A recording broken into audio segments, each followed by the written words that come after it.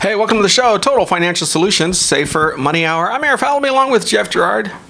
There we go. I'm going to shrink my chair down a little bit. If you're watching on SCV TV, you get a chance to see our shows live every week. Or actually, maybe not live, but we film them live. So they're recorded live. They're kind of like, used to be live. That's kind of like looking at a picture of me when I was younger, right? And saying it's a real picture. Well, aren't they all of when I was younger? Oh, that's pretty good. Hey. See that? See what I did there? See, Total Financial Solutions is more than just your place for getting out of debt, managing your finances, planning for retirement, building a financial nest egg, and more importantly, like knowing the basics. This is so important. The basics, the things that we were supposed to do every single day, nobody's teaching us. You don't learn about it in high school or college. They might teach you how to write a check. I always thought that was humorous. So you're teaching me how to spend money. You're not teaching me how to save. Oh, you should save 10%. Well, why don't you just tell me lose weight, quit smoking, and exercise more? Okay, well, see, I did what I was supposed to do. I told them exactly what to do. How about teaching people? Well, that doesn't exist in our high schools or colleges. They're busy today trying to teach to tests, listen to the whole Common Core debacle stuff that's happening. What a joke that we can't agree that 1 + 1 is 2. If a school district spends more money on a math book every year, for what reason? I don't get. Oh, well, we only change math books every 3 years. Really? Why? 1 + 1 is still 2. I remember. Well, you're going a little quick there, Arif. I mean, you can't just get right to 2 by adding 1 and 1. You have to go around the barn the long way. Yeah, especially in the whole Common And show Core. your work. Yeah. Look, folks, the biggest part of your financial literacy and education is going to come from, I think, one place. It's going to come from today, the information is power conversation. Because people used to say, oh, knowledge is power. It isn't. Because you can have all of the knowledge in the world, and you can sit there in a cube. Many of you know people, maybe it's your brother-in-law, who's smart about everything, has an opinion about everything, knows everything, and does nothing. So what I want you to do is kind of break out of that mold, break out of those habits that for so many years people are used to. Whether you like or hate Donald Trump, that's not this conversation, but he has brought up the fact about winning. Some people have a culture of losing. Isn't that interesting? When Pat Riley first took over the Lakers in the 80s, he said that what he did is he walked in, and these were some very talented people. And in his book, he writes about how he walked in and he saw individuals. The whole team was a bunch of individuals playing for themselves, very talented. And when they lost a couple of games, he looked to see who was not upset about losing. And he said, those people are wonderful athletes. They're brilliant people. But they got comfortable with losing. In fact, they expected to lose. And that is important you realize that, because for a lot of you in life, you think quitting and losing is a big part of who you are. You think that conversation is supposed to be what happens, meaning failure is expected instead of success. This is not a Tony Robbins conversation. This is a life conversation, because the information to be financially successful is out there. From the moment you had access to the internet, from the moment you had free Wi-Fi and hotspots and all that crazy stuff, you now have access to what it takes to be wealthy, successful, whatever that looks like. Happy, fine. But the mathematics doesn't change whether you knew about it yesterday or you figured it out today. It was always the same.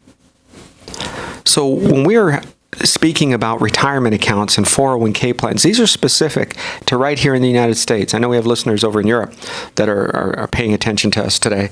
But let's talk about our retirement account systems here. A 401k. All that is where it's found in the IRS code. The numbers don't mean anything special, like what does 4 mean and does the K have a converse? No, it's just you go to 401 subsection K. Okay, it says if you work for a for-profit company, you can put money in a retirement account. That's it. That's what it means. And then there are rules of when you can take it out, how you can take it out, how much you can put in. Those are all rules that are associated to that particular plan. Now, if you're a teacher, you have your own plan. That's right. And it's very similar to a 401k, but it's just called something else. It's a 403b, which means it's found in the same IRS code, just in a different subsection. So what you have the ability to do is if you work for a school district, you don't have to necessarily be a teacher. You could be a certain type of employee with the district. You can work for a hospital, a research facility, various places, and still have a 403b. And that just means that you can put money in via your paychecks before you get taxed on that money. It goes in pre-tax, and it's a pretty nice thing. It's the first place a lot of people save in those environments. Yeah, think of it. Research facilities, hospitals, nonprofits, they all have the same access to the same plan. For whatever reason, the legislatures have decided in the IRS to couple all of those work habits, if you will, in one particular place. They said these groups or this group is going to be treated the same. Okay, so what do we do when we max out these retirement plans, whether they're a 401k, if you will, or a 403b? Because there are things that you're going to do. You're going to start putting in money, and hopefully you're going to do this in a way in which you're building a retirement account for your future. But what do we do once we have built up these accounts? You said, all right, I've put the maximum in. Maybe it's taken years to get there. Our suggestion is every time you receive a pay raise to take either half or all of it if you can, but at least half, deposit it into that account. It now becomes, hey, you didn't live on it yesterday. Just continue to save until eventually you hit the maximum number. And the IRS has a maximum number for each person.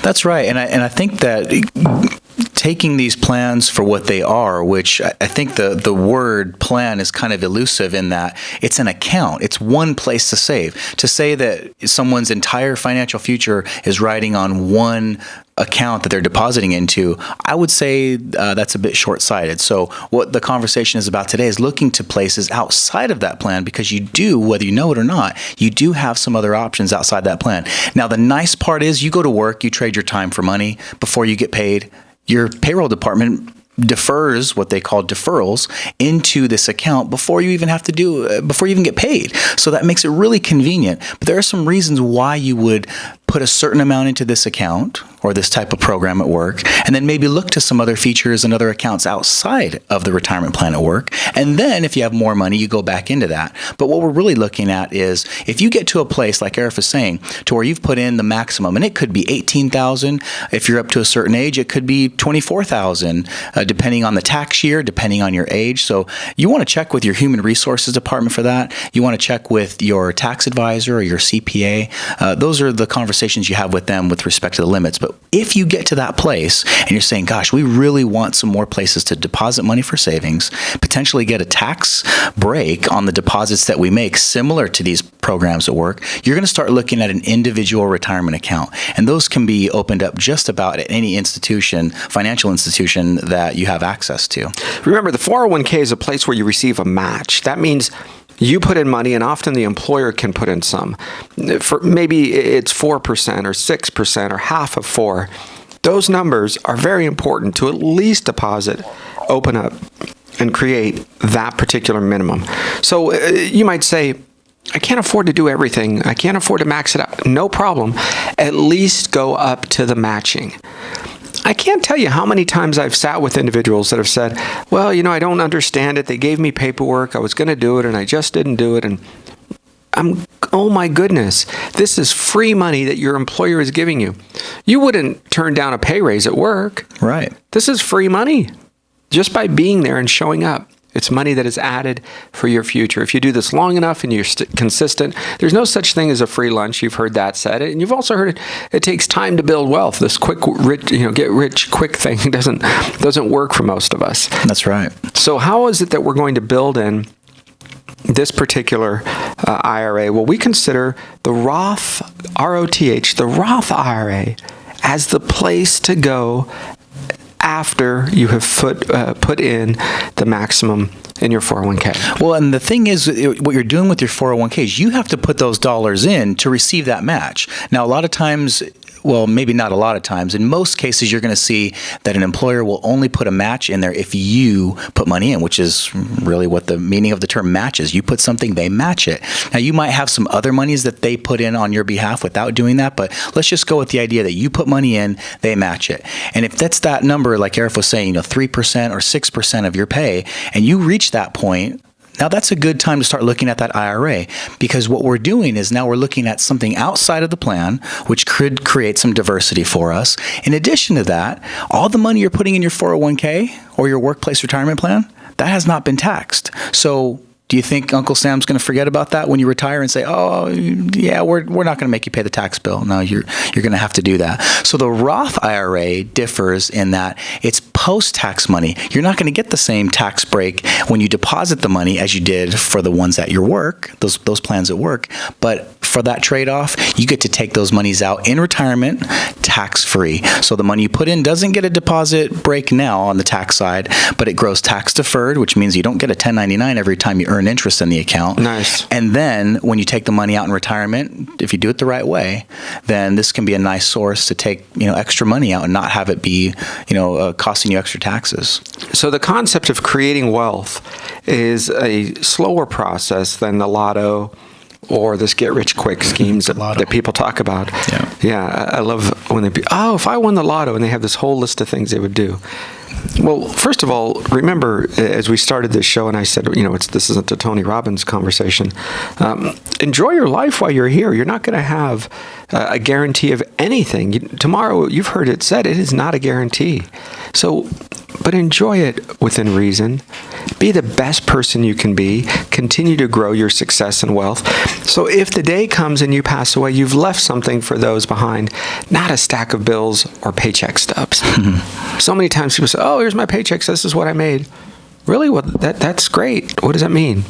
We still have to pay the electric bill next month, and the kids need new shoes. And so how is it that you're going to do that? After the break in a few minutes, we'll get into how do we build for that second conversation, which is what if I don't build up the success or the financial success that I was expecting when I reach age 60 or 55 or 70 or whatever it is. It's funny, the younger you are, the younger you expect to retire. The older you are, the older you expect to retire. Great point. And I think that's because people want to become valuable and important.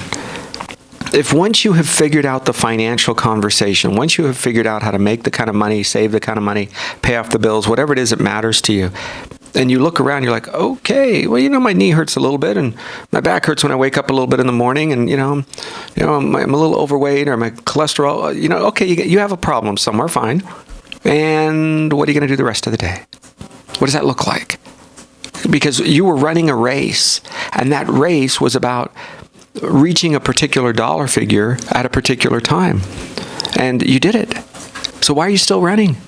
Why are you still taking the risk? You've heard us say in 401ks, when you are saving and building, if you are past age 59 and a half, most or many employer plans allow you what's called an in-service distribution.